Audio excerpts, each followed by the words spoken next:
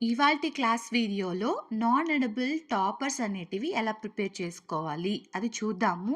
So, customer వచ్చేసి boss baby థీమ్‌లో boss baby హెడ్‌కి బదులుగా వాళ్ళ బేబీ ఫోటో అయితే రావాలని చెప్పారనమాట.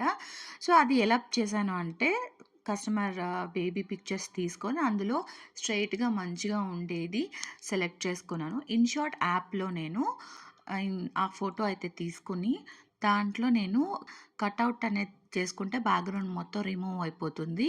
ఆ తర్వాత మనకి హెడ్ పోర్షన్ మాత్రం కావాలి గాబట్టి, అదొక్కటి ఉంచుకొని రిమైనింగ్ అంతా గూడా ఈ విధంగా ఈజీగా అరేంజ్ చేసేసుకోండి. ఈ యాప్ లింక్‌ని కూడా నేను డిస్క్రిప్షన్‌లో ఇస్తాను. అవసరమైన వాళ్ళు యాప్‌ని ఇన్‌స్టాల్ చేసుకొని, ఈ విధంగా హెడ్ పార్ట్ మాత్రం మనకి కనిపించేట్టు రిమైనింగ్ అంతా కూడా అరేంజ్ చేసి, చక్కగా అడ్జస్ట్ చేసుకొని పెట్టేసుకోవాలి. ఫేస్ క్లియర్‌గా ఉండేటట్టు చూసుకోండి. అండ్ కొంచెం మనము ఫిల్టర్స్ అడ్జస్ట్ లైట్నింగ్, బ్రైట్నింగ్ అవన్నీ చేసుకుంటాము. ఎందుకంటే మనకి ఫోటో ప్రింట్ తీసినప్పుడు బాగా క్లారిటీగా కనిపించడం కోసం ఈ ఎడిట్ వర్క్ అంతా చేస్తున్నాను నేను. మీకు బాగుంటే గనక ఇది అవసరం లేదు. స్కిప్ చేసేయొచ్చు. మన వీడియోస్‌ని ఇప్పుడే మీరు మొదటిసారి చూస్తున్నట్లయితే సబ్స్క్రైబ్ చేసుకోవడం మర్చిపోకండి మన యూట్యూబ్ ఛానల్‌ని.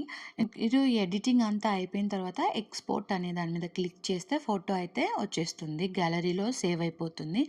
నెక్స్ట్ పినింట్రెస్ట్ అనే యాప్‌లో మనము ఈ బాస్ బేబీ థీమ్‌కి సంబంధించిన ప్రింటబుల్ అన్ని కేక్ టాపర్స్ కూడా ఇందులో ఉంటాయన్నమాట. HD print. మీరు సెర్చ్ బార్‌లో ఏది కావాలో అది మెన్షన్ చేసి హెచ్‌డి ప్రింటబుల్ టాపర్స్ అట్లా మెన్షన్ చేసినట్లయితే ప్రతీది కూడా వచ్చేస్తుంది. ఇక్కడ నేను వితౌట్ హెడ్‌ది సెర్చ్ చేశాను. నాకు ఇది వచ్చిందనమాట. ఇక్కడ 3 డాట్స్ ఉంటాయి. దాని మీద క్లిక్ చేసి డౌన్లోడ్ ఆప్షన్ ఉంటుంది. చేసుకుంటే మీకు ఈజీగా డౌన్లోడ్ అయిపోతుంది. నెక్స్ట్ మళ్ళీ మనము ఇన్‌షాట్ యాప్‌లోకి వెళ్ళాలి. ఇన్‌షాట్ యాప్‌లోకి వెళ్ళి ఇప్పుడు డౌన్లోడ్ చేసుకున్న వితౌట్ హెడ్ ఫోటోని తీసుకుందాము. తీసుకున్న తర్వాత ఇందులో మనం first baby head picture edit చేసి పెట్టుకున్నాం కదా! దాన్ని ఇందులో స్టిక్కర్ లోపలికెళ్ళి స్టిక్కర్ అనే ఆప్షన్ ఉంటది కింద. దాంట్ లోపలికెళ్ళి పిక్చర్ సెలెక్ట్ చేసుకున్నట్లయితే ఇదొచ్చేసి పైన వచ్చేస్తుందనమాట. సో, ఇప్పుడు మనకి సైజ్‌కి తగ్గట్లు అడ్జస్ట్ చేసుకోవచ్చు. చూసారా? ఈ విధంగా అడ్జస్ట్ చేసుకొని మనం ఈ ఫోటోని గూడా ఒక ఫోటోలాగా డౌన్లోడ్ చేసుకుంటాము ఎడిట్ చేసిన తర్వాత. ఈరోజు మీరు చూస్తున్న క్లాస్ వీడియోలో ఏదైనా ఒక కొత్త విషయం తెలుసుకున్నాను నేను అని ఫీలింగ్ వస్తే ప్లీజ్ లైక్ చేయండి.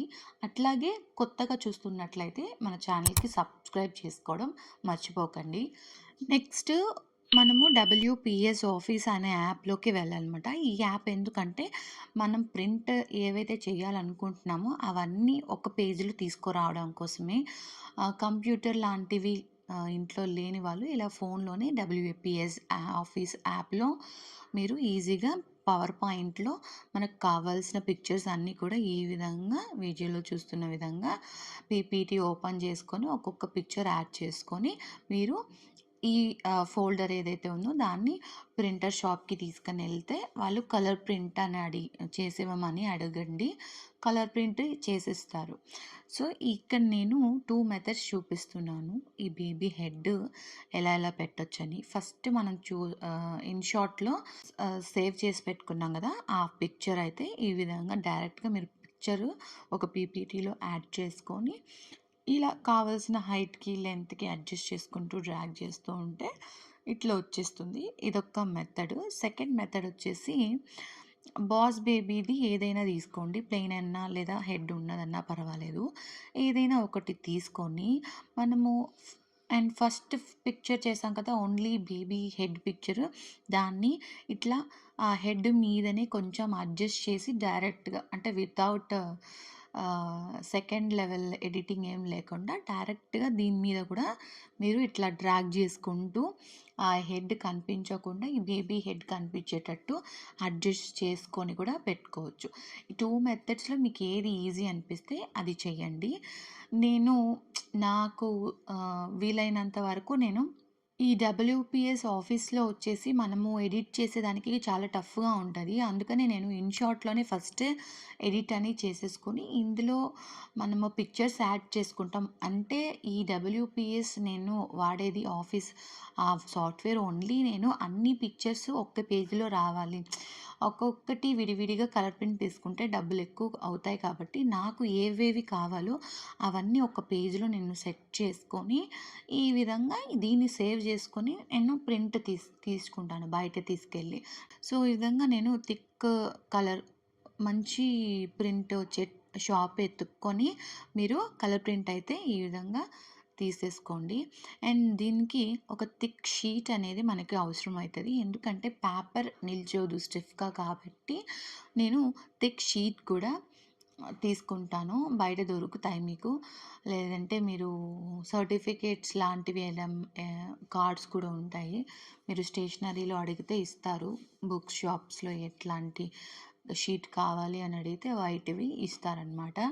లేదనుకుంటే మీరు కలర్ జెరాక్స్‌ని డైరెక్ట్‌గా లామినేషన్ కూడా చేయొచ్చు. బట్ లామినేషన్ అది ఇంకా ఎక్కువ కాస్ట్ అట్లా యాడ్ అవుతది.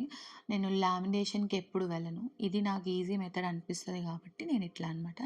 ఇప్పుడు ఈ థిక్ షీట్ మీద మనం కలర్ జెరాక్స్ ఏదైతే తీసుకున్నామో దాన్ని ఇట్లాగా మనము పేపర్ గమ్ లైట్‌గా అప్లై చేసుకొని మొత్తం ఓవరాల్ అయితే చేత్తోటి అలాగా ప్రెస్ చేసుకుంటూ నేను స్టిక్ చేసేస్తా అనమాట.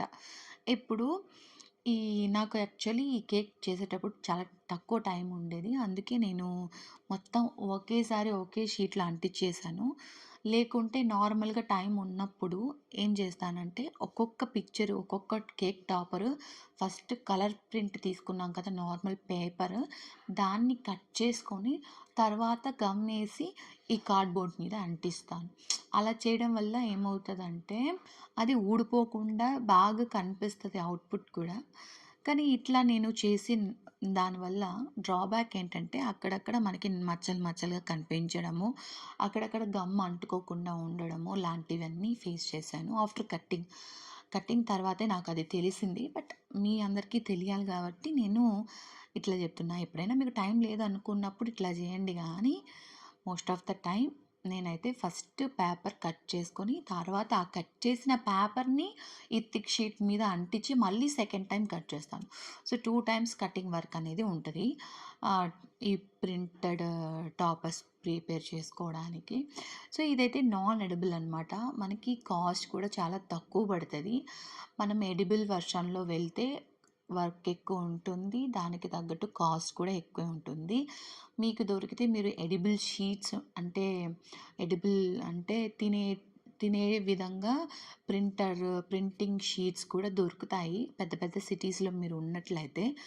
దొరకని వాళ్ళు ఇలా చేసుకోండి. దొరికితే మీకు ఎడిబుల్ షీట్స్‌ని గూడా ఈజీగా కట్ చేసుకొని, మీరు దాని వెనకాల ఫాండెంట్ అయినా అంటించొచ్చు.